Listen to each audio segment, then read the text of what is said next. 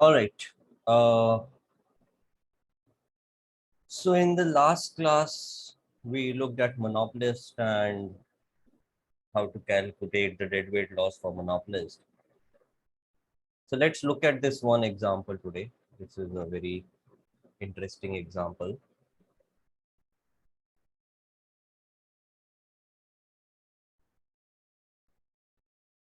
Calculating deadweight loss for a monopolist with demand function this, where elasticity E is less than -1 and marginal cost C. So let's try to find the deadweight loss of monopolist in this case. So Q equals to P to the power E.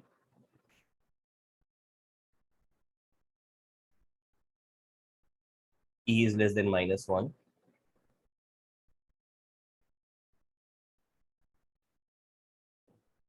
And marginal cost is equals to C.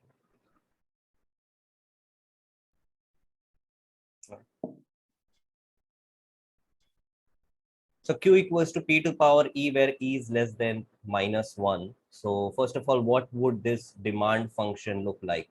What would be the shape of this demand curve? So you can assume, let's say, some value of E, which is, let's say, -2. So suppose you have, let's say, Q equals to P to the power -2, which is basically 1 by P squared. Right? So what would the demand function look like? Like, would it be upward sloping, downward sloping, concave, convex? What's going to be the nature of the demand curve?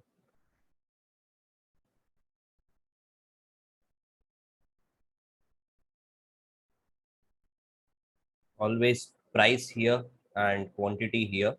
So if I have the demand curve, what would it look like?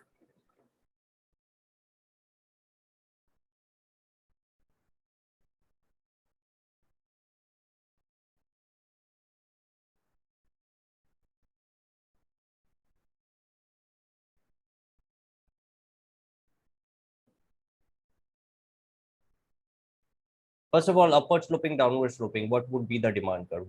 What would be the nature of the demand curve?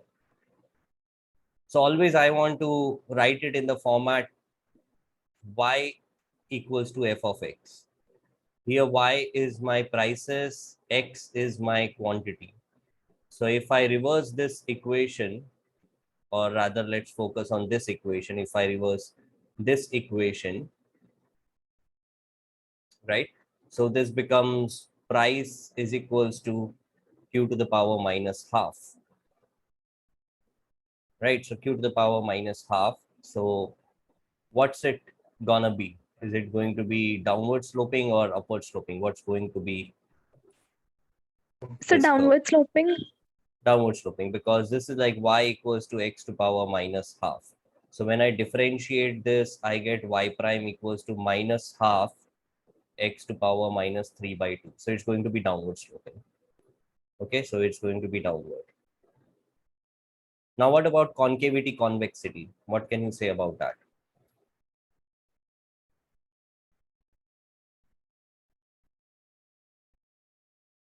So convex. What is y double prime? For this particular case, what's going to be y double prime? 3 by 4 x to power minus 5 by 2. Which is what? Is it positive or negative? Positive. Positive. So when you have y double prime positive, what do we have? Concave or convex? Convex. Yeah, very good. Convex. Okay. So it's going to be convex and downward sloping. So those are the key terms which I have: downward sloping and convex.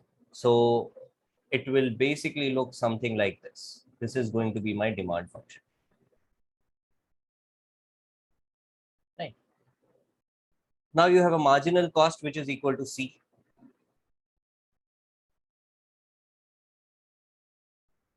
This is my marginal cost which is equal to C.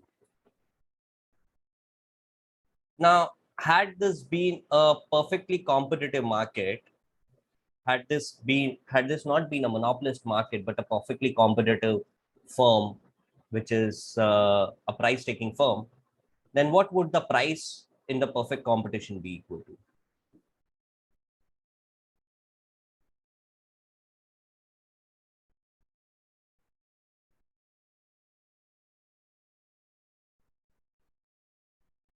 Price in case of perfect competition is what? MR. No, it's MC, marginal cost. So it should be equal to C. So this would be the price, PC. Okay.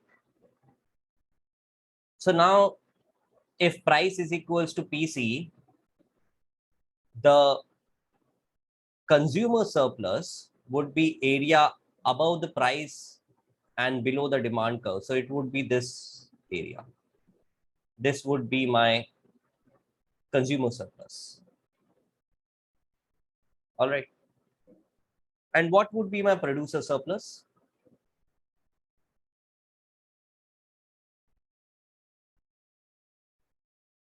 So area above the supply curve and below the cost curve. Okay, there is the supply curve is same as the cost curve, by the way. So yes, what you're saying is correct. Area between the supply and the cost supply curve. Basically, supply curve is cost curve. It's a basically area between price and cost curve. Okay, so for a normal case, if this is my marginal cost curve and this is my price level, so this becomes my producer surplus. In this case, price and marginal costs are both constants. So what would be producer surplus? 0. Very good, 0. Because you see, the firm is selling at the firm has a fixed marginal cost C, and it is selling at that marginal cost. So let's say you're making this pen for 5 rupees and you're selling it at 5 rupees, your surplus is 0. Right? You're making every pen for 5 rupees and you're selling every pen for 5 rupees, you're making 0 profit on every pen. So that's why for constant marginal cost case, the firms have 0 producer surplus. So consumer surplus becomes equal to social surplus, right? So it's going to be this entire area. Okay. Now this is my quantity in competition. So quantity is equals to P to the power E. Price is equals to C. So quantity in perfect competition is going to be C to the power. So I basically have to find this entire area. Now, in this case, I can find the area using integration. So my consumer surplus, which is equal to my social surplus, would be integral of what? Integral of price as a function of quantity. So that would be this curve, price as a function of quantity, minus cost, because if I want to find this areas. So on the above, I have my price. On the below, I have minus cost, price minus cost into DQ, going from quantity 0 to quantity QC.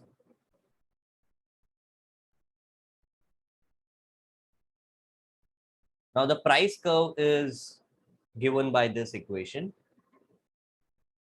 So if this is my quantity as a function of price, price becomes equals to Q to the power 1 by, right? So this becomes Q to the power 1 by E minus C into DQ, integrating it from 0 to C to power E.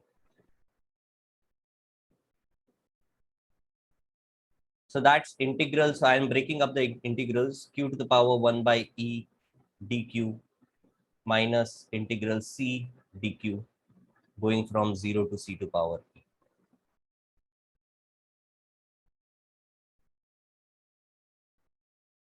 So what is integral Q to power 1 by E dq?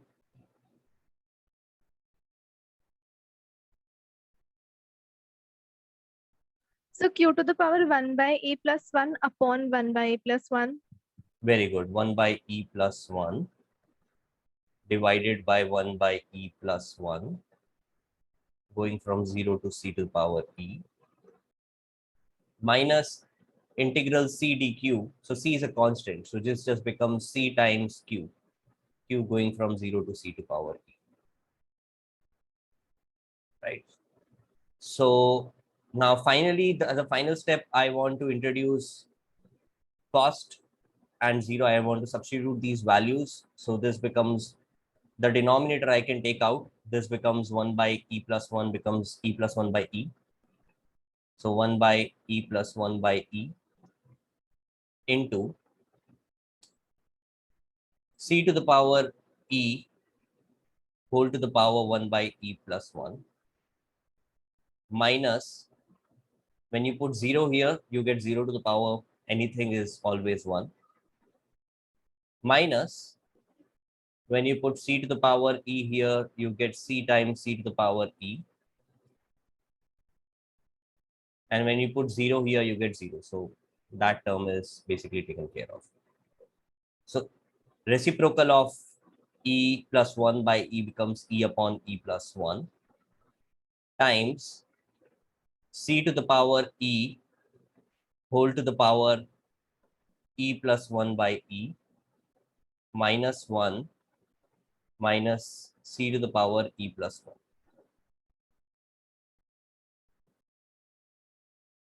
Right. So c to the power e whole to the power e plus 1. What will this become? How does this simplify? C to the power e plus 1. Very good. So this just becomes c to the power e into e plus 1 by e. So these e's cancel out. So you basically are left with c to the power e plus 1 minus 1 minus c to the power e plus 1. And then you can further simplify this as so c to power e plus 1, c to power e plus 1, right? So this becomes e upon e plus 1 minus e plus 1 minus 1 into c to power e plus 1 minus e upon e plus 1. So as a final step, this becomes e minus e plus 1. So that is minus 1 by e plus 1 into c to the power e plus 1 minus e upon e plus 1. Now here, remember that e is basically given as less than minus 1. So this value will be negative. So this entire thing becomes positive. Right. So that's the idea here, that this entire thing will become positive. So the overall consumer surplus and social surplus is not negative. If you don't incorporate the final idea that E is something which is less than 1, then you might not get this result. But yeah, you need the entire producer surplus to be positive, right? Because as you can see from the figure, this is some positive area. But more importantly, this area is finite. This area is finite, even though it is going to infinity here, this curve is going to infinity here, yet the entire area is not infinite. The entire area is just finite. So that's the case of a perfectly competitive firm. Now let us look at what happens for a monopolist. Oh.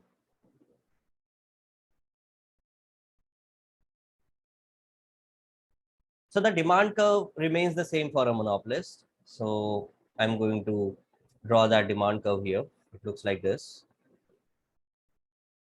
Marginal cost is still C.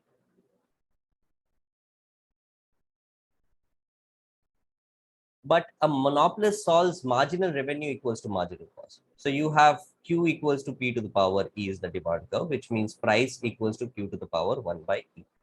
So revenue is equals to P into Q, which is Q into Q to the power 1 by E, which is basically Q to the power 1 plus E by E. So marginal revenue is equals to dr by dq, which is going to be equal to 1 plus E by E into Q to the power 1 by E. So this is my marginal revenue. And this should be equal to my marginal cost, which is equal to C. Right. So the quantity of monopolist should solve this result. So quantity monopolist will be equal to Qm by 1 by E should be equal to EC upon 1 plus E. So Qm should be equal to EC upon 1 plus E whole to the power. So this is the quantity of a monopolist, which will be less than the quantity of a perfect competition. So this was my QC. This is going to be my Qm.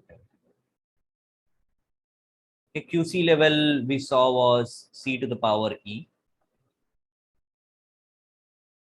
QC was C to the power E.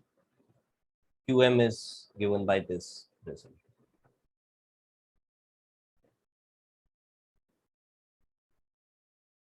Now, if I want to find the deadweight loss of a monopolist, it's going to be basically this region. This is the deadweight loss. Because in case of a monopolist, the surplus is this much, which is going to break down into consumer and producer surplus by these parts. So this, let me break it down. So this area is my consumer surplus. This area is my producer surplus. And this area is my deadweight loss.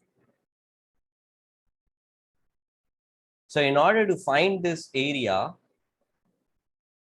the deadweight loss will basically be integral of this curve minus this curve, right? So P as a function of Q minus C going from QM to QC.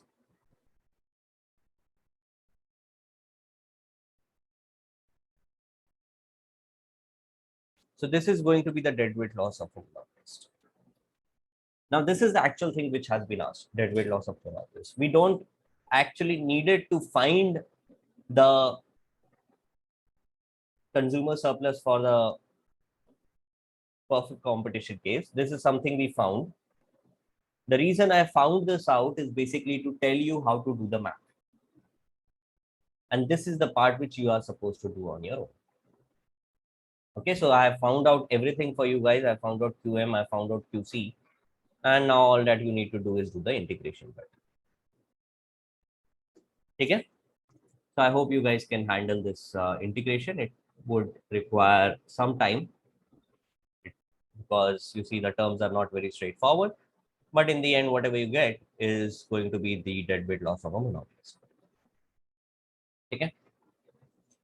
So always remember that when he asks you a deadweight loss for a monopolist, deadweight loss is the loss in welfare with respect to an ideal situation.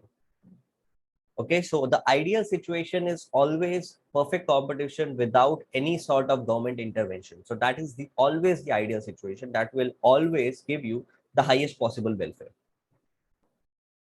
Okay, perfect competition without any government intervention in cases like this is going to give you highest possible welfare. Obviously, that is true only when there is no externality.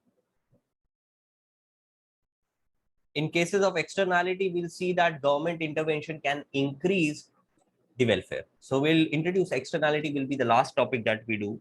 So we'll do that later after we do general equilibrium. But till now, we have not introduced externality. So in all questions where there's no positive or negative externality, the default case or the best possible, the ideal case is always perfect competition. And if they ask you deadweight loss of taxation, you find welfare with taxation and welfare in perfect competition without taxation. So the difference is going to give you the deadweight loss. In case of monopoly, the deadweight loss is welfare for monopoly minus welfare for the case of perfect competition.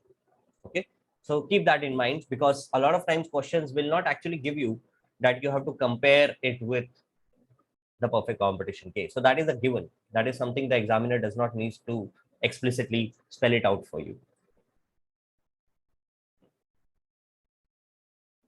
All right. So that was monopoly. We did a bit of discriminations. So I've given you an assignment on short run and long run supply. So after that assignment, I'll give you another one for monopoly, and you should be able to handle it. I'll give you a joint assignment actually on monopoly and oligopoly. So that's why we'll complete this topic today, and then I'll give you that assignment. So let's start with oligopoly. Oligopoly is basically a few firms who are competing in the market, a finite number of firms, which is greater than one. So number of firms is greater than one and less than infinity. That's the idea. It's finite number of firms. Okay, so ideally, I mean, n could be 100,000 and so on. But we'll see that as n increases, you get closer to perfect competition. We'll see a numerical example for that, and we'll verify that as n increases, we get closer and closer to perfect competition. So for oligopoly, one of the first models which was proposed was from Bertrand, which is now known as the Bertrand model. So in this model, there are two identical firms producing a homogeneous product at a constant marginal cost of C. So there are two firms, firm 1 and firm 2. Both these firms have marginal cost same. So the game is set up in this way that the firms choose prices P1 and P2 simultaneously in a single period of competition. Since the products are perfect substitutes, the firms charging a lower price takes the entire market. Right? So both firms, they choose prices P1 and P2. Right? If P1 is less than P2, then Q1 is equals to entire market demand, Q2 becomes 0. And the reverse is true when P2 is less than P1. But when Q1 is equals to, when P1 is equals to P2, then Q1 and Q2, they split the market. Okay.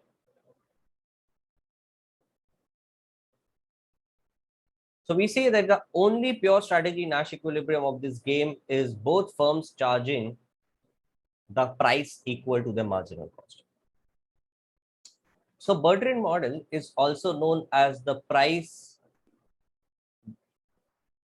competition,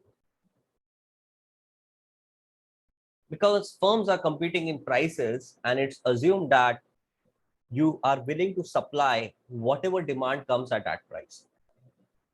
So in such a situation, it's good to assume cases where firms are willing to supply the market with whatever quantity is demanded of them. So a very good Bertrand model would be the case of, let's say, some software.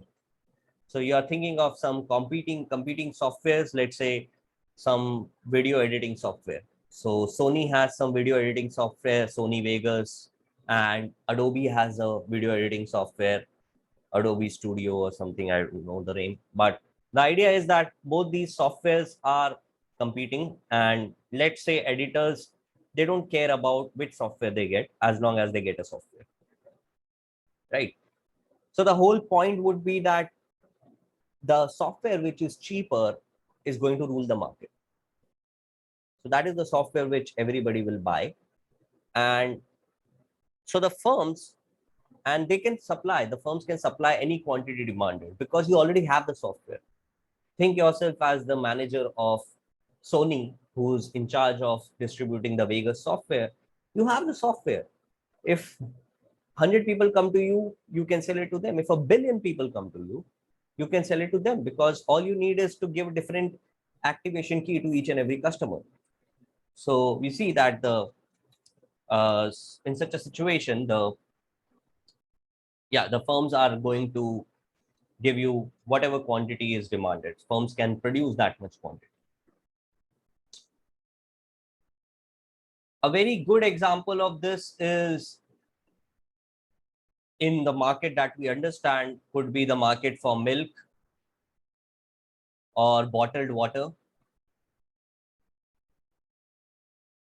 right? So these are basically those cases in which you see bottled water. suppose you have sufficient supply, you can supply any amount of water which is coming from the market. And these are homogeneous products. You don't really care if you buy Bisleri or Aquafina as long as you get 1 liter of water.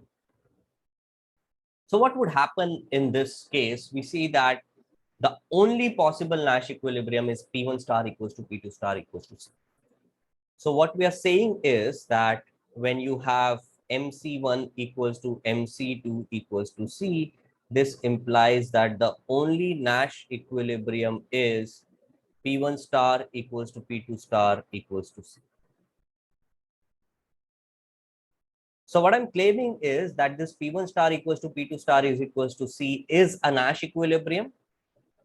So the first statement I'm making is that P1 star equals to P2 star equals to C is a Nash equilibrium. And the second statement I'm making is that there exists no other Nash equilibrium. So I'm going to prove both of these statements. But before that, what is a Nash equilibrium? What is the definition of Nash equilibrium, which I keep asking you guys to remember? What So is the a Nash equilibrium? situation when any of the players has no incentive to deviate. Very good. No incentive to deviate. Perfect. So let us analyze this situation if this is indeed a Nash equilibrium, right? So what kind of deviations can you expect from this point? So P1 star, so suppose on a scale of 0 to infinity, this is my C, and both firms are charging prices P1 and P2 here. So the kind of deviations I can see is firm 1 charging a higher price, firm 2 firm 1 offering a lower price, firm 2 charging a higher price, or firm 2 charging a lower price. So these are 4 possible deviations I can fathom, right? So I'll see that none of these deviations can actually be profit increasing for any of the firms. But first of all, at this level, what are going to be the profits pi 1 and pi 2? What are going to be the profits when both firms charge prices equal to marginal cost? 0. 0. Perfect. So both firms are charging prices equal to marginal cost. So they are both earning 0 profits. Okay. Now what happens if, let's say, firm 1 charges a higher price, P1 greater than C? Then what would happen to profits of firm 1?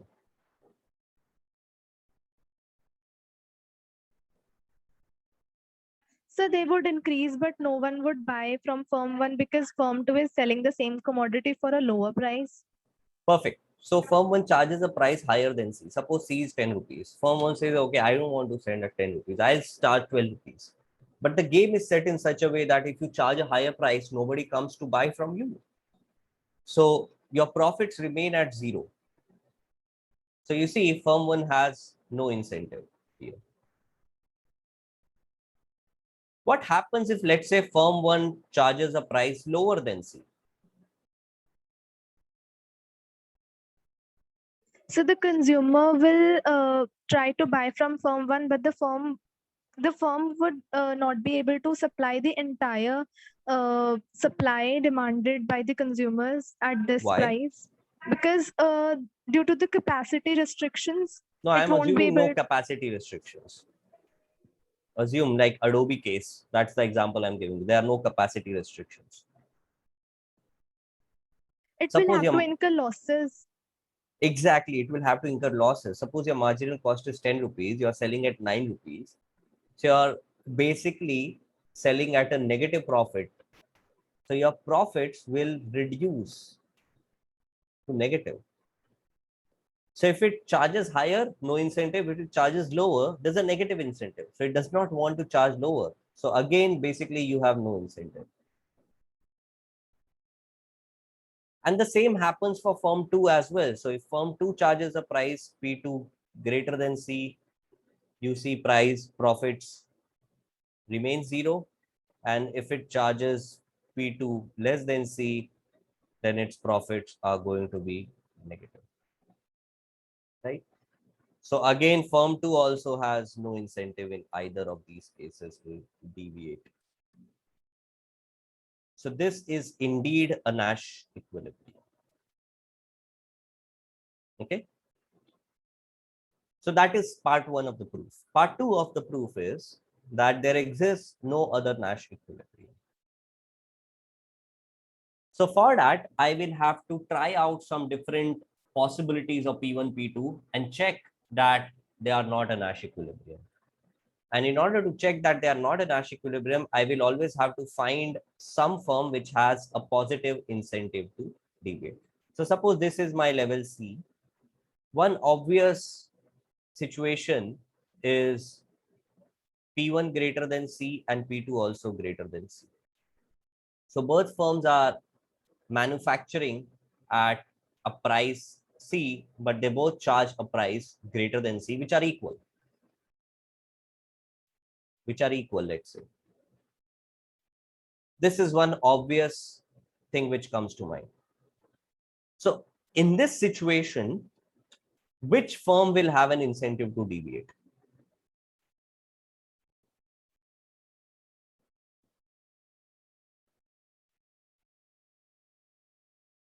So suppose you have C1 equals to C2 equals to 10 and firms are charging prices P1 equals to P2 equals to 12.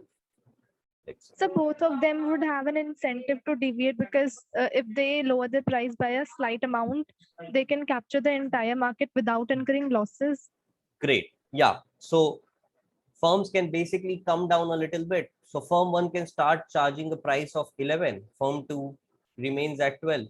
So this firm, here it's getting quantity capital Q by 2, but here it will get the entire quantity capital Q.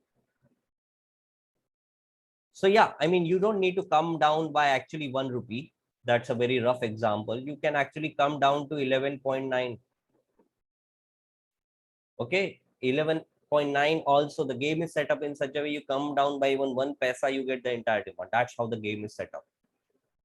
Okay, so come down to 11.9, everybody buys from you, and then simply you have the entire demand, right? So you get the entire demand. So in this case, we again would see a situation of deviation happening, and this would happen for all the other cases, right? So in this case, both firms have an incentive to deviate. Suppose you have a situation where P1 is greater than P2. So again, here too, both firms have an incentive to deviate. This firm can deviate here and this firm can also deviate here. Both firms will have an incentive to deviate, right? Another situation would be when one of the firms is offering a negative price.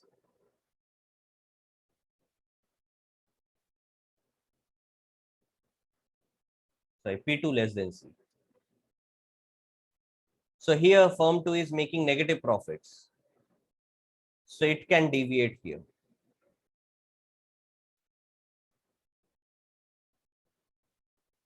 Okay. Oh, sorry, I made a mistake in the previous example, by the way.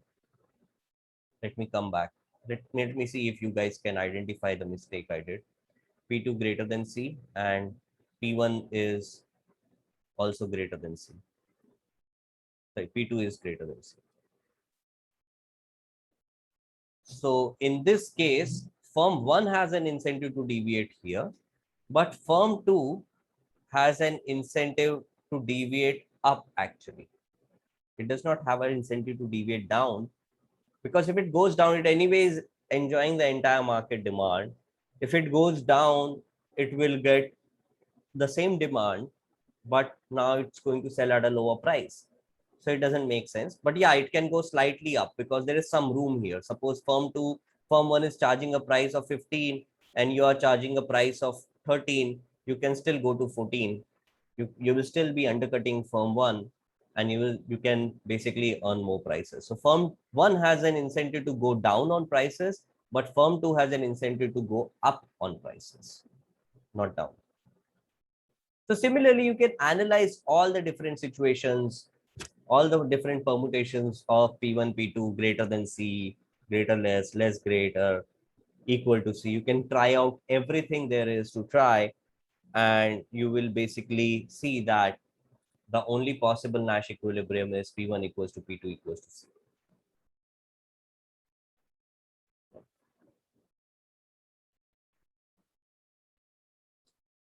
So that's Bertrand competition. Like I told you, we see this happening a lot in bottled water. In case of milk, you see mother dairy, DMS, Amul. In a particular territory, you would never see any differentiation between the prices of these products, right? So mother dairy, DMS, Amul, and all sorts of other milk categories, unless they are saying that we are some premium quality, we have different fat content and everything. If you talk about toned milk, every category of toned milk will be selling for the same price. Okay, some of the brands, they try to distinguish themselves by saying, okay, we provide better quality milk, like there's Country Delight. So Country Delight says, okay, we offer a better quality, and all those things come into picture. But unless your qualities are same, that is, you are offering homogeneous products, you will have to sell at the same price, because as soon as there's a discrimination between, let's say, mother dairy increases its price, DMS is still at a lower level, everybody will buy from DMS. All right. Now, Bertrand paradox. The Bertrand paradox is that prices in Bertrand model come out to be same as that in perfect competition. So even though Bertrand is an oligopoly model, we see that the prices are still the same as that in perfect competition. So that's the paradox. So even with two firms, you can achieve competition. And that's what we see in a lot of situations. For example, airlines, or even these telecom operators. So in case of telecom operators, we see that the firms, they have to offer similar prices. If you compare the prices of Jio, Vodafone, Airtel, you'll see there's not a lot of discrimination, because ever since the government came out with the option of switching your provider without changing your phone number, that is SIM porting. So as soon as porting became an option, firms realized that if they are charging higher price, people are simply going to migrate to the other person, provided that they have a decent service for both the suppliers. So those are the situations where we see this happening, and mostly in situations where there's Bertrand competition playing out, we'll see that the firms, they don't make huge profits. And you see telecom sector, if you read about it in the news, telecom sector has a huge debts, airline sector has huge debts. So these are sectors in which we see a lot of competition, even though the number of firms are limited.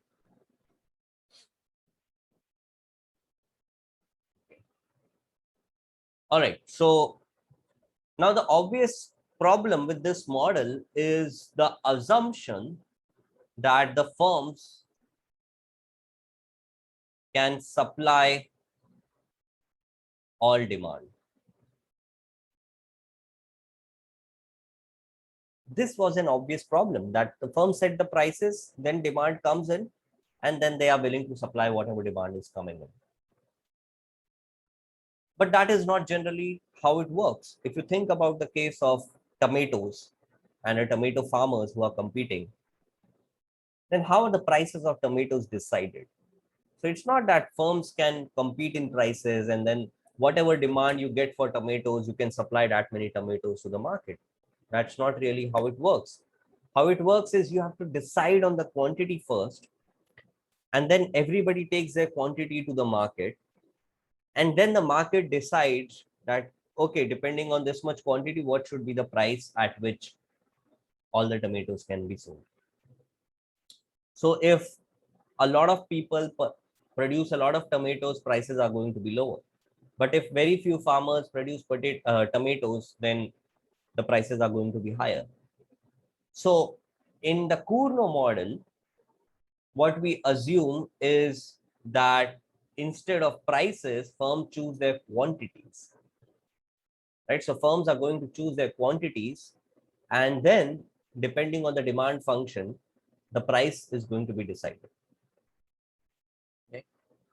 So suppose there are n firms and each of them is producing a quantity Qi. Right? So there are firms 1 to n with producing quantity Q1, Q2, Q3, and so on till Qn. So total quantity supplied to the market is just going to be summation Qi. So the price is given by the inverse demand function price as a function of Q. This is the inverse demand function. So the profit of any firm. So at the end, all the tomatoes are going to be sold at the same price. So the prices are common for all the firms. So the price that you get will be a function of total quantity. So your revenue is this price into quantity and whatever cost you produce it at. So that becomes the profit function. This is my profit function. And when you differentiate the profit function, you get this relationship that these two things must be equal, where the first term is your marginal revenue and the second term is the marginal cost. So Cournot competition may be profit maximization for each firm is basically MR equals to MC. Marginal revenue must be equal to marginal cost. So we studied a game of Cournot competition, which we called as the game of the tragedy of the commons. That was the name of the game, where we had two different sheep herders who were deciding how much of sheep to graze. So that was basically Cournot competition. We studied it in game theory because Cournot and Bertrand, all these things are nothing but game theory. They are applications of game theory. So once you understand game theory, you can apply it in different settings and see what's going to happen in the Nash equilibrium. So it's the same thing now, even in Cournot case. But now we are going to look at a different example. So let's start with this example of two well owners who are providing to a village with demand function P is equals to A minus Q. Right? So the price, the inverse demand function is price equals to A minus Q. And there are two well owners. So capital Q is equals to Q1 plus Q2.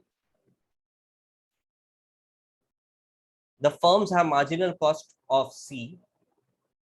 So marginal cost MC1 is equals to MC2 is equals to C, which implies cost of producing quantity 1 is going to be C into Q1, and cost for firm 2 for producing a quantity Q2 of water is going to be C into Q2.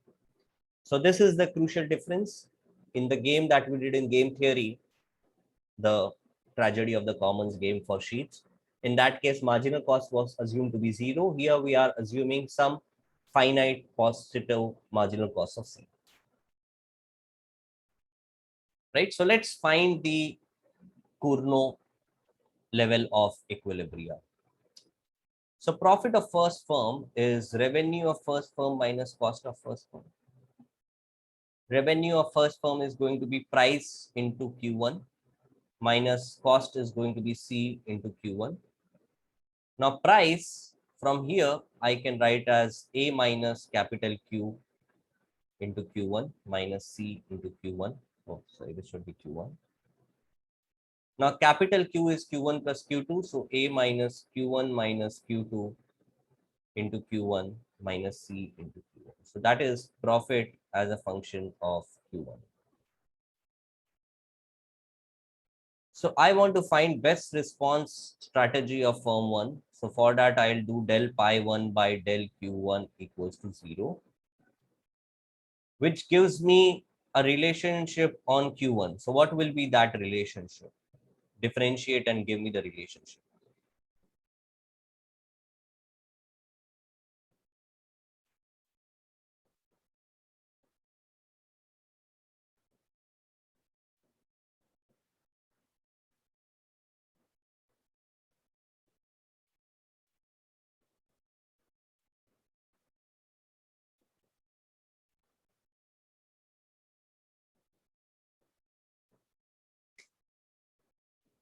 So A minus C minus Q2 by 2 equal to Q1.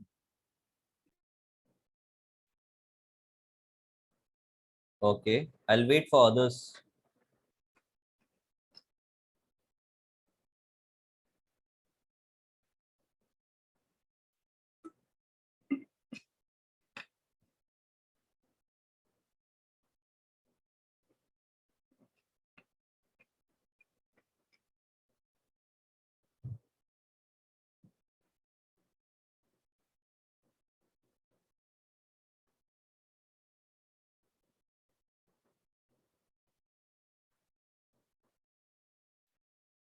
So just A minus C minus Q2.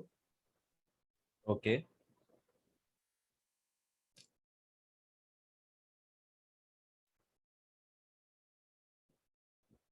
So you're getting A minus C minus Q2. So both of you need to recheck your answers. One of you, at least one of you is wrong. Could be both of you is wrong, are wrong. I don't want to spoil the surprise. Meanwhile, others, do you need more time?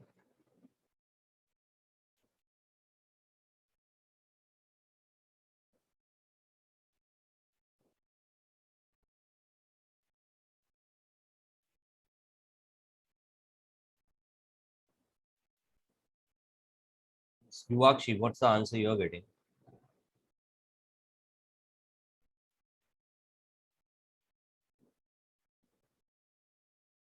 So it's by 2 only. I got confused. Okay. So yeah, that's correct. This is the correct answer. Q1 equals to A minus C minus Q1 by 2. So that's best response of firm 1. We just need to differentiate it with respect to Q1. So if I open up pi 1 becomes A minus Q2 times of Q1 minus Q1 square minus C times of Q1. So del pi 1 by del Q1 would be equal to A minus Q2 here, minus twice Q1 minus C equals to 0, which implies twice Q1 must be equal to A minus C minus Q2, which implies Q1 must be equal to A minus C minus Q2 by. Now, since everything is symmetric, I can write directly that Q2 must be equal to A minus C minus Q1 by 2. Okay, I'm doing this here because everything is symmetric. Obviously, if any of the symmetric assumptions are broken, for example, let's say costs are different, or let's say demand functions are different for different wells. Suppose one of the wells is giving a sweeter water and the other well has hard water in it, then obviously the well with sweeter water will have a higher demand. So you would have, let's say, 2A minus capital Q here, whereas A minus capital Q here. So if any such thing happens, then in that case, symmetric assumption is broken and you cannot work with this simplification, right? So that this simplification works only if you assume symmetric. After this, next step is solving for Q1 and Q2 simultaneously. So you just substitute any of the values in the other equation. So you'll get 2Q2. So in this equation, I'm going to substitute this value. So 2Q2 equals to A minus C minus, this thing is A minus C minus Q2 by 2. Right? So that is A minus C minus A minus C by 2 plus Q2 by 2. Right? So what I get is here I'll get A minus C by 2, A minus C minus A minus C by 2. This thing you take on this side. So what you're left with is 2Q2 minus Q2 by 2. So 3Q2 by 2. 2 se 2 mar gaya. Q2 becomes A minus C by 3, which by symmetry must be equal to Q1. So Q1, Q2 are both equal to A minus C by 3. So this is my Cournot level of quantity.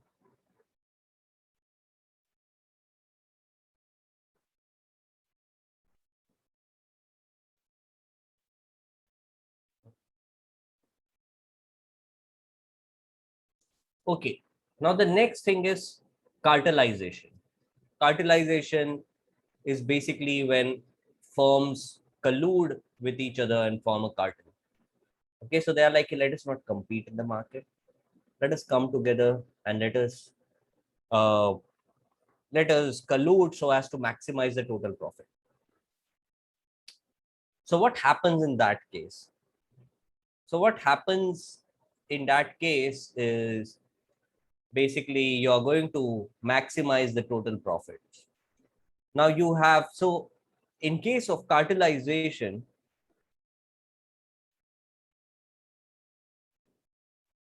we will assume that the firms act as plants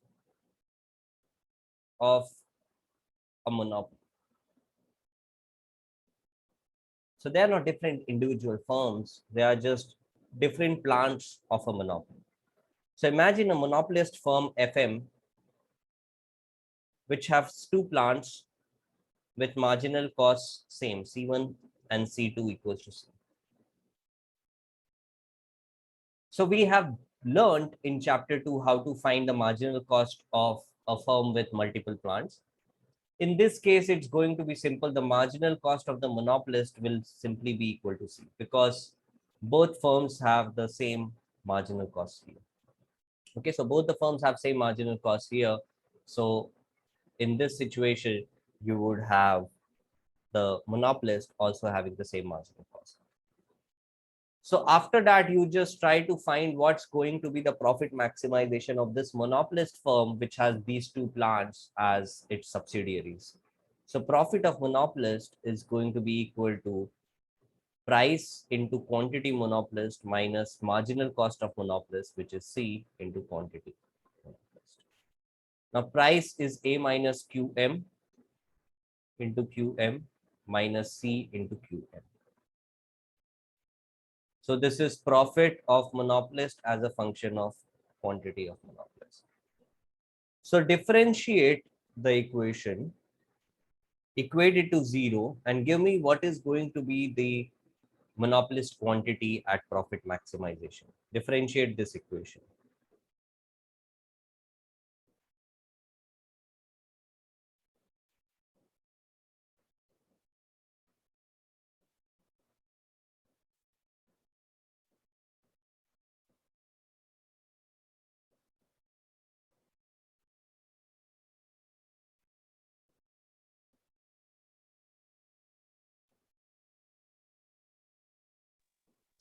So A minus C by 2.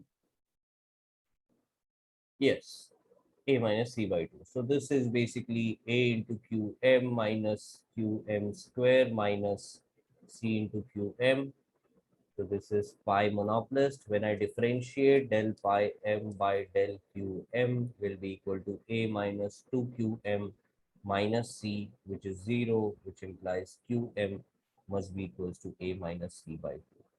So the total monopolist quantity is going to be A minus C by 2, which is going to divide between basically plant 1 and plant 2. So plant 1 gets half of this, which is A minus C by 4, and plant 2 gets A minus C by 4. So in case of a monopolist, each plant will now produce a quantity A minus C by 4. Whereas in case of competition, I saw that each plant was producing a quantity equal to A minus C by 3. So the quantity of each plant reduces under cartelization. Actually, there is no monopoly. Actually, these are two individual plants who are coming together and acting as a monopolist. All right, so they will both get some positive quantities in such a way that they split the entire profits. So if cartelization happens, the price is equals to A minus QM, which is A minus C by 2, which is basically A plus C by 2. And in case of competition, the price in competition is going to be A minus Q1 minus Q2, which is A minus 2 by 3 times A minus C. So that is going to be A plus 2C by 3.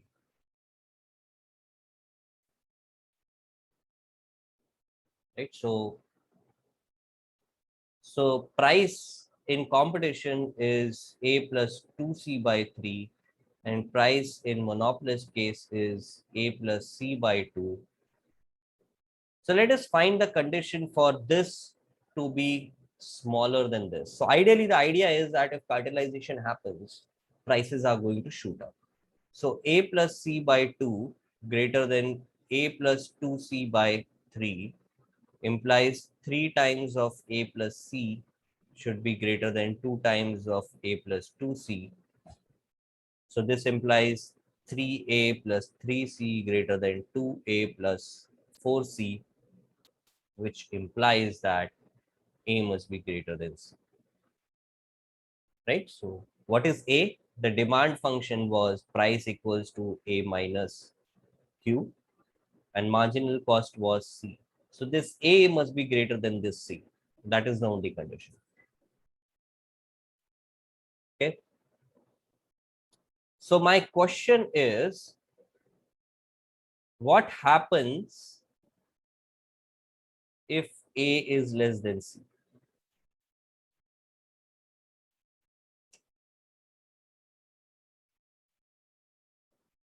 What do you think will happen if A is less than C? So price in a competitive market is higher. Okay, that's something which you are doing from the reverse engineering of what we just did. But why don't you try drawing a demand curve and a marginal cost curve when A is less than C, and then tell me what will happen. What do you think will happen?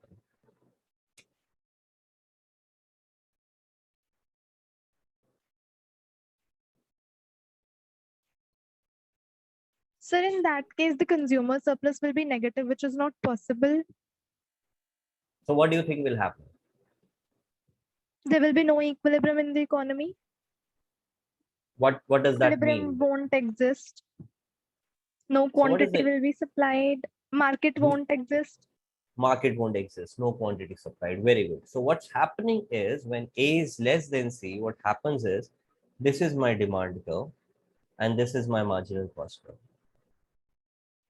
So now the demand is very low and marginal cost is very high. So in this case, this market ceases to exist. To give you an example for this, this is the market for incandescent bulbs.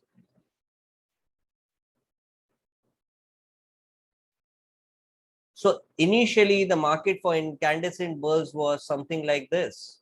This was the demand curve for incandescent bulb. This was marginal cost, and maybe some quantity was being supplied here, perfect competition. But eventually what happened is because of the coming up of new technology, I don't know, have you guys even seen incandescent bulbs ever? Has any of you ever used an incandescent bulb? Just asking out of curiosity. The other day I was talking to my mom and she said that she didn't think I have ever seen an incandescent bulb, but I have. Has any of you ever seen an incandescent bulb? No? Okay, it used to be this bulb with a filament tungsten inside, this famous tungsten, which is there in all the Newton lore, that Newton tried thousands of different elements, materials. Ultimately, he found that tungsten kept in argon in a bulb can work.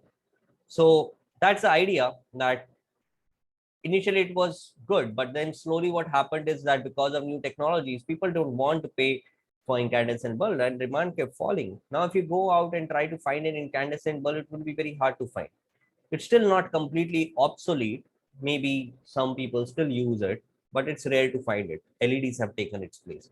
LEDs and CFLs, you can still find CFL tube lights, but slowly the demand curve is slowly definitely coming down.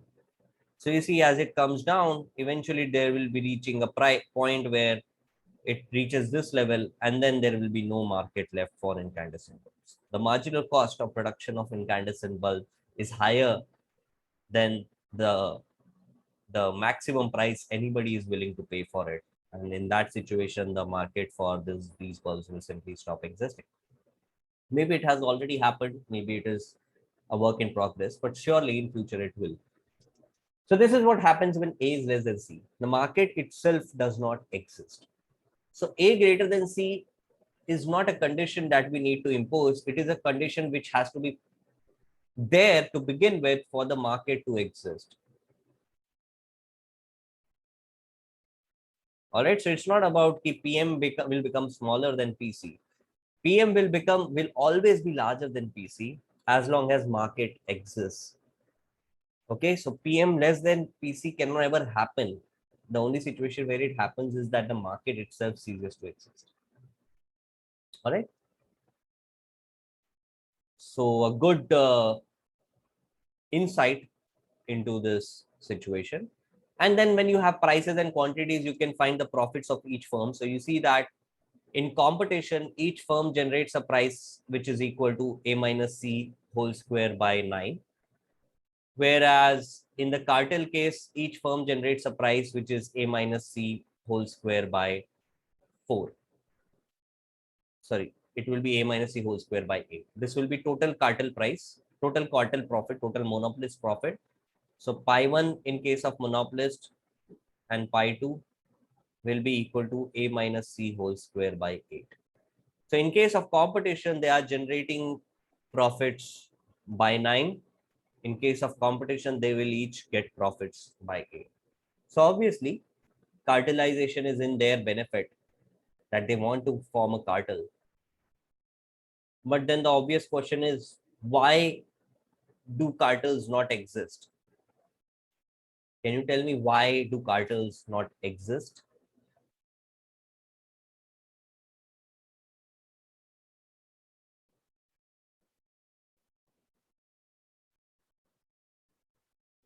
Think in terms of Nash equilibrium, by the way.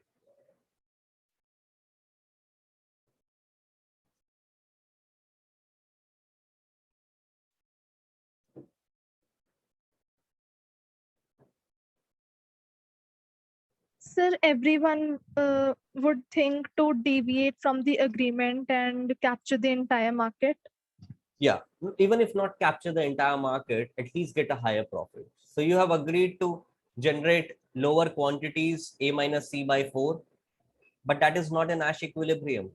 Okay, so both firms generating A minus C by 4 is not a Nash equilibrium. So what happens is that firms have an incentive to deviate. So that's one obvious reason why cartels don't exist. Cartels can exist by the fear of law. Okay, the fear of law or fear of life. So when we talk about cartels, we think about these drug cartels. So why did drug cartels exist? Because if you deviated, in case of a drug cartel, if you deviated, you will have to pay with your life. The other cartels will kill you. And that can happen only in a country where law and order is not very strong, like South America of that time, probably. I don't know how the situation is right now, but the idea is that for cartels to exist, either they have to be supported by law, for example, OPEC. OPEC is a cartel which decides how much quantity to produce, and it usually changes it. So if you read about why prices of oil are increasing right now, you see that crude oil prices are increasing because OPEC had reduced its quantity of production owing to COVID-19. And now that demand has started increasing, they cannot increase it overnight. So what happens is these OPEC countries, they come together and they decide कि next पूरे साल इतना production करना है. So what Saudi Arabia said is that, okay, we had an underlying agreement to not increase prices under OPEC, and now we can't increase it. So they are basically saying that our cartel is not allowing us to increase the price. That is basically what Saudi Arabia is saying. And yeah, I mean, it is a cartel. Economists would say, why can't you increase it? Why can't Saudi increase it? Or why can't Iran increase it? But then they have an agreement. It's basically the largest government supported cartel in the world. Multiple governments support that cartel. So yeah, so that's OPEC. So they are saying that we cannot increase it because the agreement does not allow us to increase it for the next 6 months. So yeah, so prices are going to remain high. Okay, so that's why one reason why cartels don't exist. The other reason is Competition Commission of India. Has any of you ever heard of Competition Commission of India? It's a government body whose aim is to basically look into such behind the doors dealings by firms that they should not be forming a cartel or something. So Competition Commission of India does these clandestine activities where it tries to find out if different firms are trying to engage in cartel cartelization. Okay, and if it finds evidence to support that, then it finds those firms. So basically, it's there to ensure that cartelization does not happen behind the doors. So one reason is obviously, if you form cartel, there is incentive to deviate. But let's say due to some force or fear, whatever reason, you can form a cartel. There are government bodies which are there just to stop you from existing. So they are going to fine you if they find out that you are doing such business. All right, in the next example, we are going to solve this again by assuming there to be n identical wells, everything else remaining the same. So the Cournot case, not the cartel case, but the Cournot case, but with n wells instead of 2. So now you have n wells, each with marginal cost equals to CI, and market demand is price equals to A minus Q capital. So profit of ith firm is going to be equal to P minus summation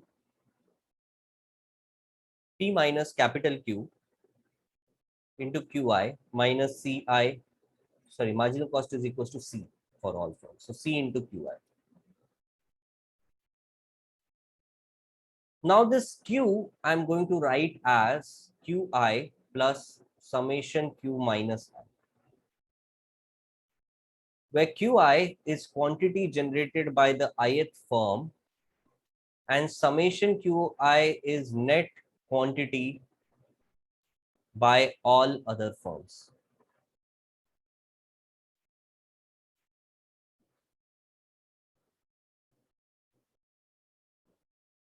Right, so there are n wells with marginal cost C each.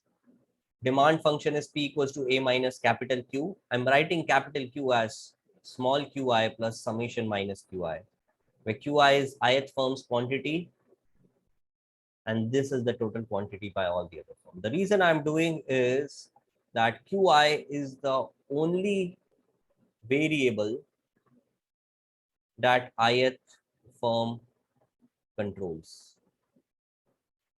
All the remaining variables are out of its control. Qi is the only variable that it can control. So then I rewrite this equation as P minus Qi minus summation Q minus I into Qi minus C into Qi. So this summation Q minus I, let me write it as capital Q minus I. That would be easy. Summation और वो सब चीजें लिखने से better. So this is pi I. Then I differentiate this del pi I by del Qi equals to 0. So what I get is P minus Q minus I minus C by 2 must be equal to.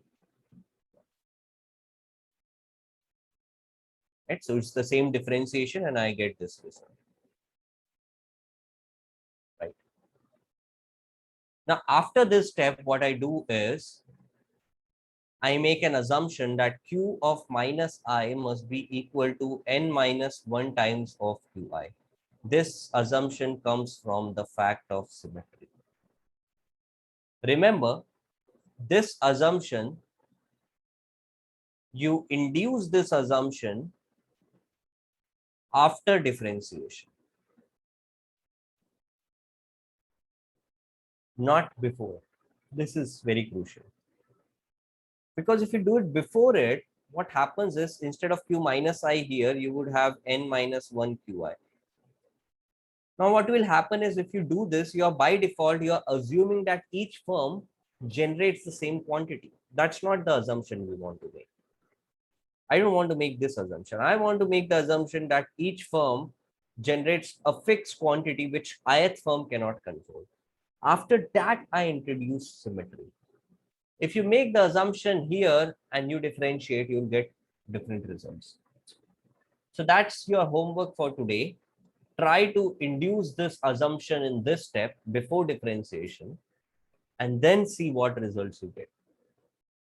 Okay, so that's your homework. Do it. You will learn more about what kind of mistakes you can make and what kind of results will those mistakes lead to. Coming back, so now when I substitute this, what I get is P minus N minus 1 Qi minus C is equals to twice Qi, which implies that I take this N minus 1 here. So P minus, oh no, what did I do? Sorry, this should not be P, this should be A. P minus Q is, this is A minus Q, not P minus Q. A minus Q. Yeah. So this implies that Qi must be equal to A minus C upon N plus 1.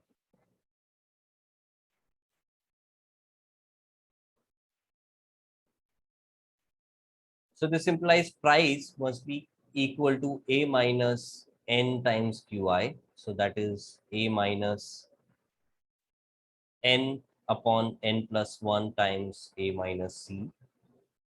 So that is equal to A upon N plus 1 plus N upon N plus 1 times of C.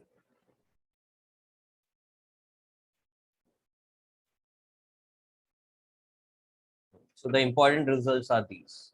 This is on the result on price quantity, and this is price when there are n firms which are competing.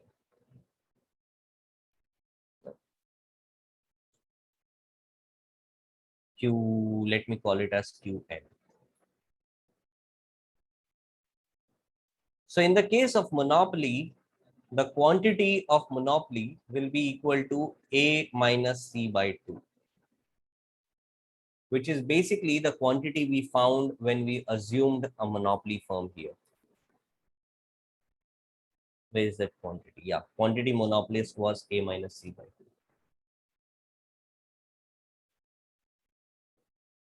In case of duopoly, we found Q2. By this equation, Q2 would turn out to be A minus C by 2 plus 1. So that is A minus C by 3, which is basically what we got in the previous part here. Right? If you remember, A minus C by 3. Right?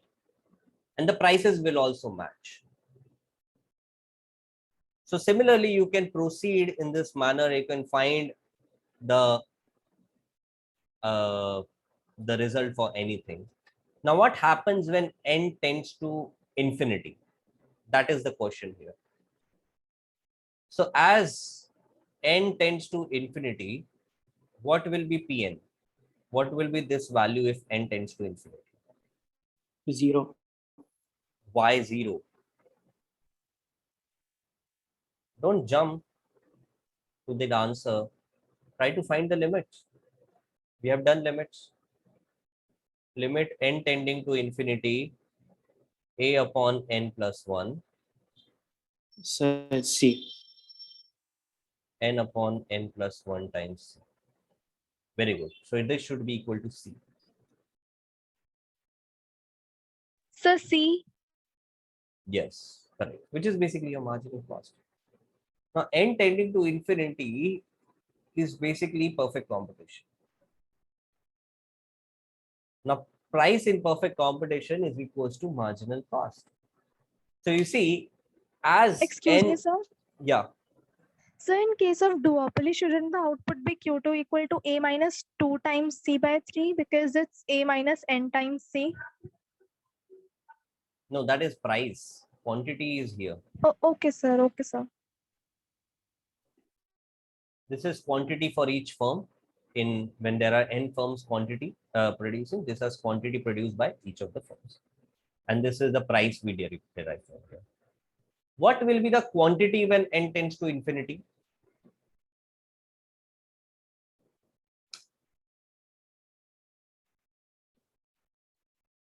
Quantity produced by each firm, by the way.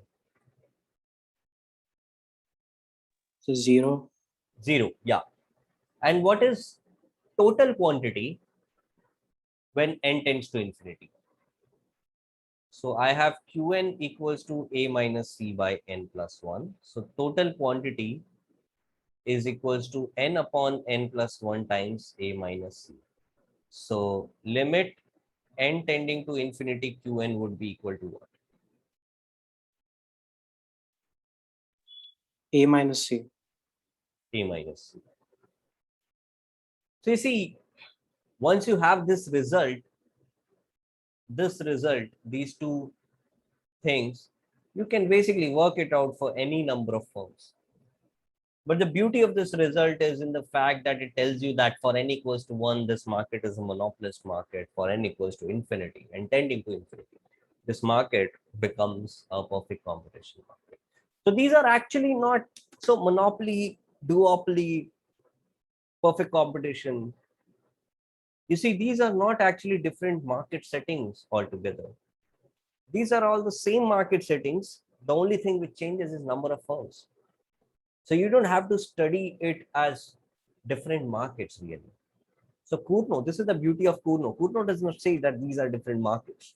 Cournot does not say that monopoly, duopoly, threeopoly, fouropoly, whatever they call it, and perfect competition. These are not different markets. You keep changing the number of firms, you will get different markets. The only variable here is number of firms. Okay. So that's why I like this question. But do one thing for me, try to substitute this symmetry result before differentiating and you will get very weird results. And you'll know the reason you want to do the wrong thing is for you, for because I want you guys to not make this wrong thing, do not make this mistake in an exam. So if you do it now and see that it leads to wrong results, maybe you'll remember it better to not do it in an exam. All right, next up is product differentiation. So till here we had assumed that both firms, they produce a homogeneous product and the product is the same. Now what we are going to do is we are going to assume that there are some loyal customers for both these firms. For example, let's say Kingfisher and Budweiser. So these are two different types of beers. So if prices are same, somebody would want to purchase Budweiser, somebody would want to go for Kingfisher. But let's say Budweiser increases its prices. Say Budweiser increases its prices. Some people who were initially buying Budweiser will buy Kingfisher, but not everybody. So that's the idea we want to capture using this particular demand function. So demand for ith good is AI minus PI plus PJ by 2. So your demand reduces in 1:1 ratio with your price, but increases in 1:2 ratio with the competitor's price. Okay, so that's the assumption we are making. So this is the demand. So Q1 is basically A1 minus P1 plus P2 by 2, and Q2 is basically A2 minus P2 plus P1 by 2. So these are the two demand functions. All right. So for whatever Q1, Q2, suppose that the marginal costs are 0, the production is costless. Find Q1 and Q2 in equilibrium, or find P1 and P2 in equilibrium. That's the game here. So generally what we do is we always convert demand function into inverse demand function. Here I have two demand functions which are both functions of P1 and P2. Now getting the inverse demands from here would be basically solving a system of linear equations to get P1 as a function of Q1 and Q2 and P2 as a function of Q1 and Q2. And then doing everything that I just did. But herein lies the beauty of such questions. You don't need to do that because production is costless. Because production is costless, I don't need to do this. Because when production is costless, profit is just revenue. So what I'll do is I'll write down the profit functions of both the firms only in terms of prices. So profit of firm 1 is equals to P1 into Q1,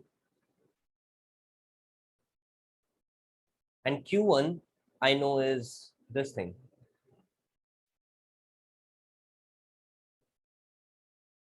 A1 minus Q1 plus Q2 by 2. Profit of second firm is P2 into Q2, which is P2 into A2 minus Q2 plus Q1 by 2. Wait, I made a mistake. Oh, sorry, these should be prices, not quantities. P1, P2, P2. Now the only variable firm 1 controls is P1. And the only variable firm 2 controls is P2. The rest of the things are constant. So what I'll do is del pi 1 by del P1 equals to 0.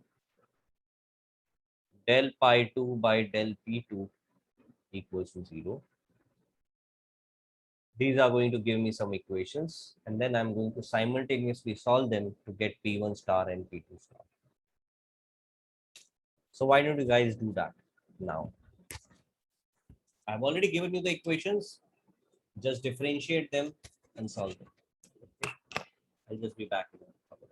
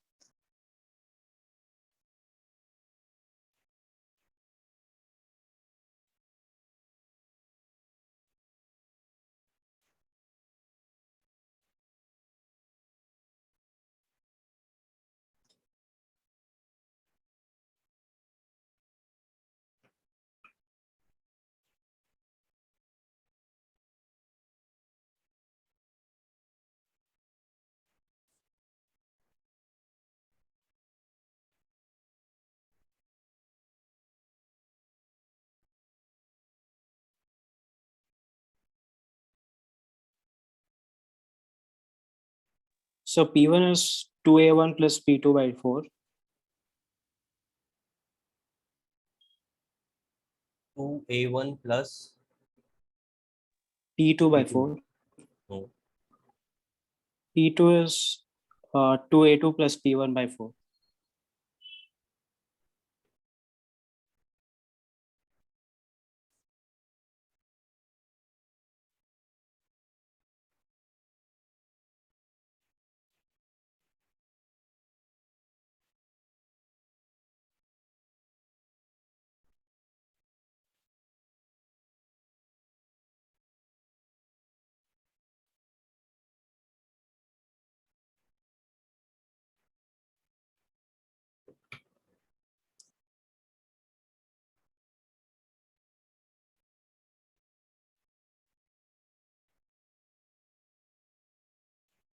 Right. So are there any doubts? Do I need to solve this?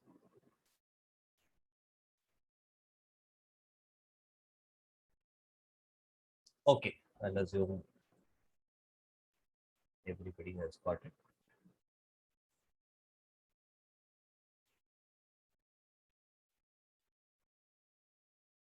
Fine.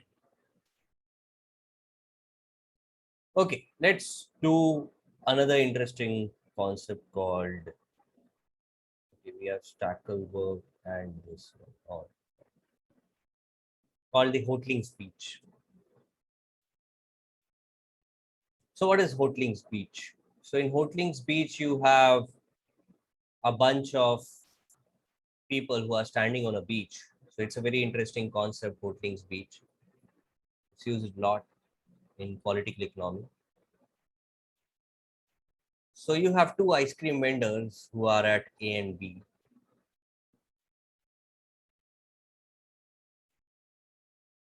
Right? And okay, let's do a simplistic version of Hotelling speech first. Suppose there is a beach of unit length 0 to 1. So the length, or let me call it of length L. So the length of the beach is 0 to L. And n customers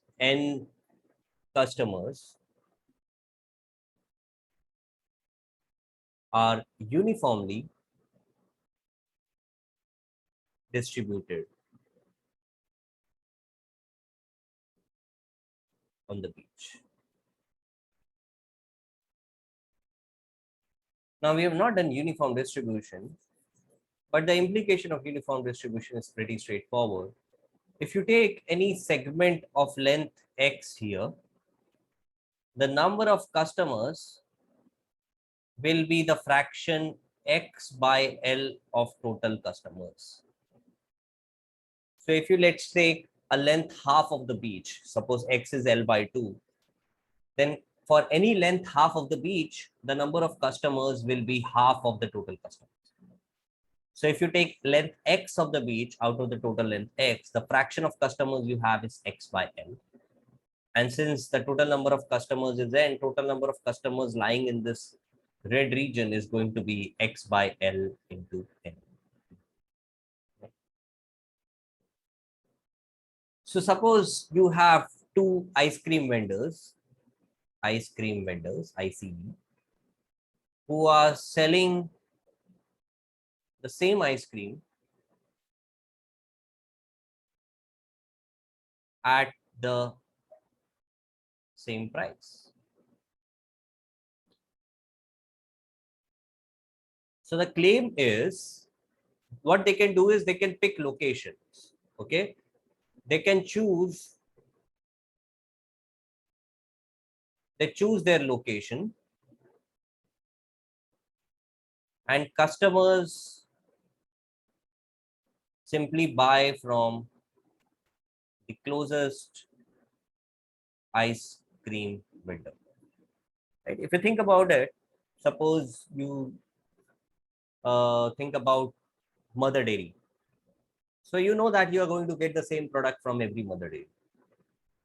So you're just going to simply walk towards the closest mother dairy and buy your products from there. It's as simple as that. So all that is a variable here is where the ice cream vendor position himself. So the claim here is that in Nash equilibrium, both ice cream vendors will be at the midpoint.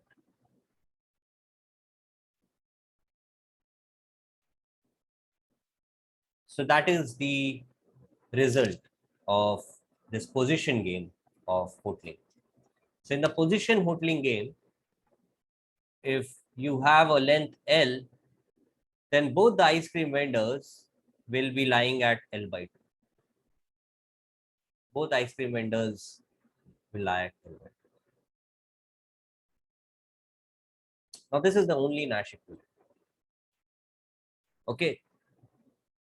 So first let's analyze why is this a Nash equilibrium. So for it to be a Nash equilibrium, there should be no incentive to deviate.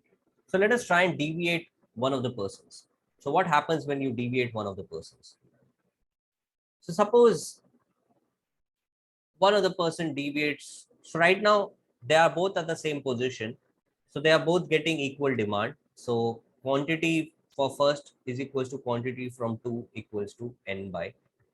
So when they are at the same position, or if a customer is equidistant between two firms, he's equally likely to buy it from either firm. So that's the idea. So all the customers are equally likely to buy from either of the firms. So they both get a demand n by 2. But now let's say one of the firms moves to this position, which is greater than L by 2.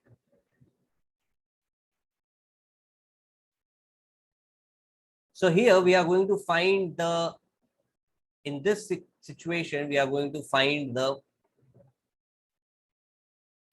indifferent customer.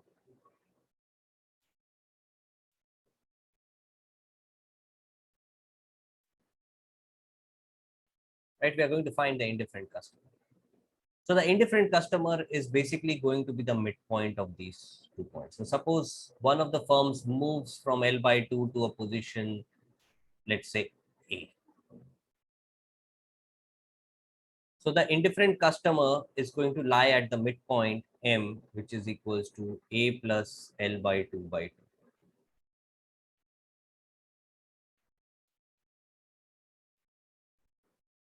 So everybody to the left is going to buy from the guy who's at L by 2, and everybody to the right is going to buy from the guy at A. So obviously now the demand for the person who deviated is going to drop down. So in this case, what happens is that quantity for first firm reduces, quantity for the firm which deviated reduces, whereas quantity for the firm which does not deviate increases. So the other guy willingly moved away. So some of the people who were initially indifferent, they will now start buying from A. So all these people start buying from A. So overall, the point is that the firm which deviates away from the midpoint is going to lose out on customers. So in this situation, no firm will want to deviate in any other direction. Okay, is this clear? Why the firm which deviates gets lower demand than half? All right. So let us think of now different settings and verify that in these different settings, we would continue to have at least one firm which has an incentive to deviate. So one obvious thing is when the firms are at, let's say, some position, suppose this is the midpoint M. So firms are at M minus X and M plus X.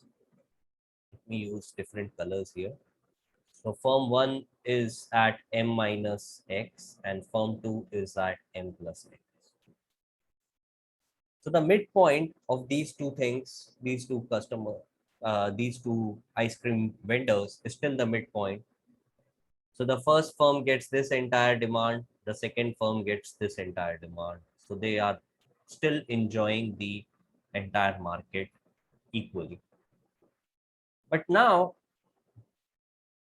one of the firms, at least one of the firm has an incentive to deviate. Can you tell me which firm has an incentive to deviate and where? So suppose this is my firm 1 and this is my firm 2. So let's start the analysis for first firm. Where does the firm has an incentive to deviate to?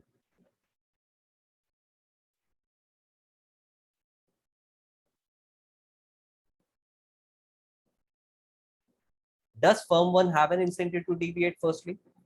Can it increase its demand by shifting somewhere?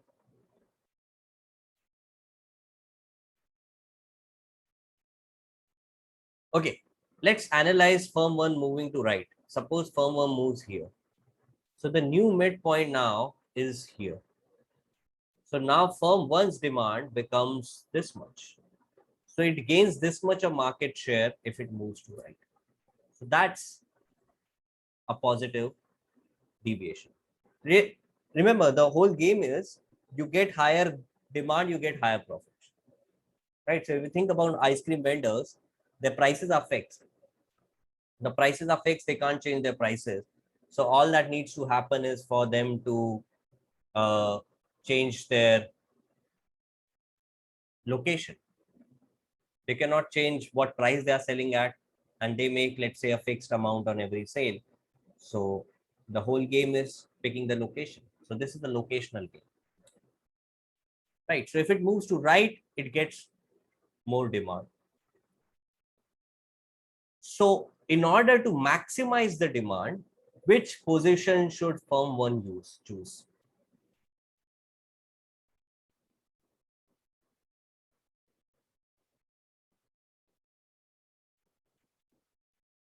In So order to M. maximize. Okay, if it goes to M, then the midpoint is here, and it gets this much extra demand. Can it do better than this?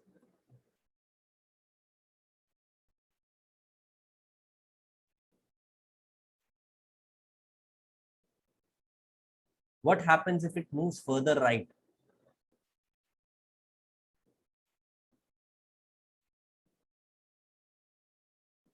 So won't it happen that the customers at the left end point stop going to this because it's moving far away from the midpoint? Like they have to have an ice cream. Either they'll buy from this guy or they'll buy from this guy. They have to buy it from someone. That's the assumption. They cannot buy it from somebody else. So even if this guy moves away, he's still the closer one. So they'll continue to buy it from him. Why this is a very nice thing in political economy is because suppose you have a left-wing party and a right-wing party. Now, suppose I'm a very right-wing, staunch right-wing person. Even if BJP moves slightly left, it will still be my preferable choice. It is not like I'm going to stop voting. That's not something we assume. It might happen in reality, but that's not something we assume here. We assume here that everybody buys one ice cream from the closest vendor, irrespective of how far that closest vendor is. Okay. So again, what happens if this guy moves further right? Second firm will become closer to the people buying. Okay, let me put this guy here. Who's closer to this person, firm 1 or firm 2? Oh no, sir, I said if it moves way too further. I was saying further. No, not way too further. I'm talking about slightly right again. What happens now? Still, that person will go to that only. So what happens to Q1? What happens to the quantity which firm 1 is getting? If it moves from here to here, what happens to the quantity that firm 1 gets? Will it increase or will it decrease? That's the simplest thing I'm asking. So it will increase substantially. Yeah, it will Increase. increase. So if you want to do the best possible, what position should you move to? Here it will increase. M plus X. M plus X, but not exactly at M plus X, slightly to the left of M plus X.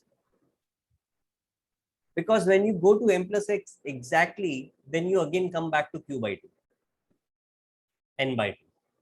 But when you are slightly to the left of M plus X, you enjoy the maximum possible market.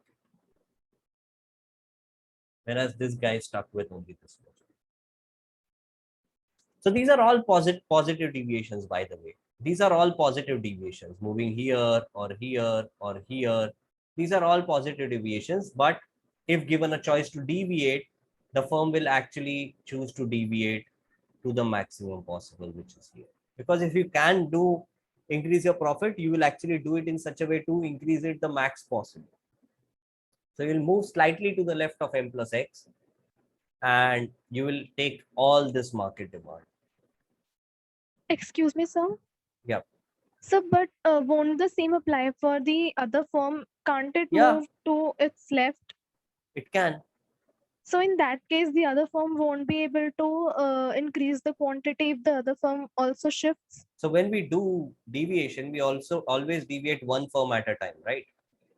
So don't deviate. So all I want is at least one profitable deviation for one firm, and then I can reject this combo as a Nash equilibrium. That was the entire game. So yeah, firm 2 also has an incentive to deviate. In fact, when it deviates, it will deviate to here if it deviates, and it will get this entire. But the whole aim here was to find at least one profitable deviation, and that job is done. Obviously, the extending the conversation to where is the most profitable deviation is not really that important, because to begin with, this setup will not exist at all, because this is not a Nash equilibrium. But for hypothetical situation, like suppose it happens, suppose m plus x is fixed in its location, suppose m plus x has bought a concrete ice cream vending shop and it cannot move, whereas firm 1 at m minus x has a movable cart, it can move. So if that is the situation, where will m minus x move? Okay, so if you have such restrictions wherein firm 2 cannot move and only one can move, then one will move slightly to the left of m plus x. All right. Okay, so this is obviously not a Nash equilibrium, so this will not exist. Let us look at another setting. This is my median. Suppose firm 1 is here at m minus x and firm 2 is also here at m minus x. Both firms are at the same point, but not at the midpoint. So in this case, does firm 1 have an incentive to deviate, and where?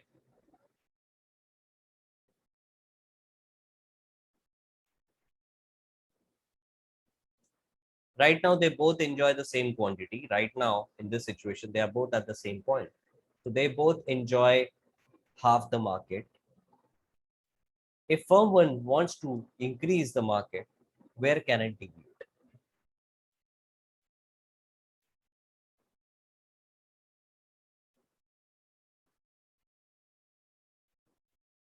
So no deviation. Okay, what happens if firm 1 moves slightly to right? This becomes the midpoint. What will be the market share of firm 1?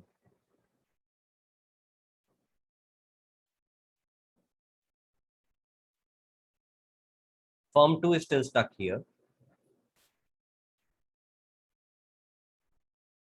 What will be the market share of firm 1 now, the blue firm? So from the green point to the end and right end. No, from the red point to the right end, not from the green point, because this person finds this person closer, right? He's to the left of the midpoint. But the bottom line is, does firm 1's market share increase or not? Yes, sir, it increases. It increases. So it's a profitable deviation. So because this is a profitable deviation, this cannot be an Nash equilibrium.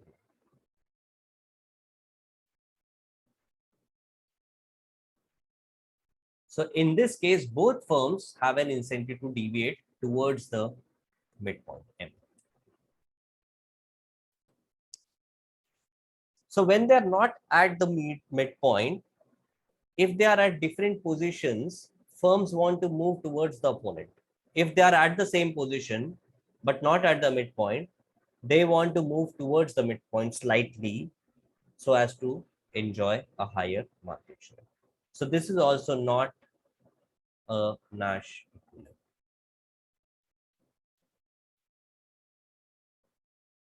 Okay. So you can try out any other combination which comes to your mind, and you will always find that at least one of the firm has a profitable deviation to account for. And that's why none of these are going to be a Nash equilibrium. So the only possible Nash equilibrium is when both the ice cream vendors are at the midpoint. So that's the only possible Nash equilibrium, when you have firm 1 and firm 2 both at the midpoint. Okay. And this is actually what happens. If you see in any society, any colony, you'll see that mother dairy and DMS would, in a lot of situations, be located at the same position. And if you look at where do ice cream vendors sit, you will find that mostly it happens that ice cream vendors also congregate to the same position. And that is how markets come into being, the specialized markets, the market for dry fruits. So all the vendors will try to congregate towards that one position. So this is one of the reasons why there is a congregation of markets, congregation of sellers which are selling the same quantities, because that's a Nash equilibrium. Okay, obviously a very crude model to such study, but we see a lot of parallels in real life, and that's why we say that okay, this does exist.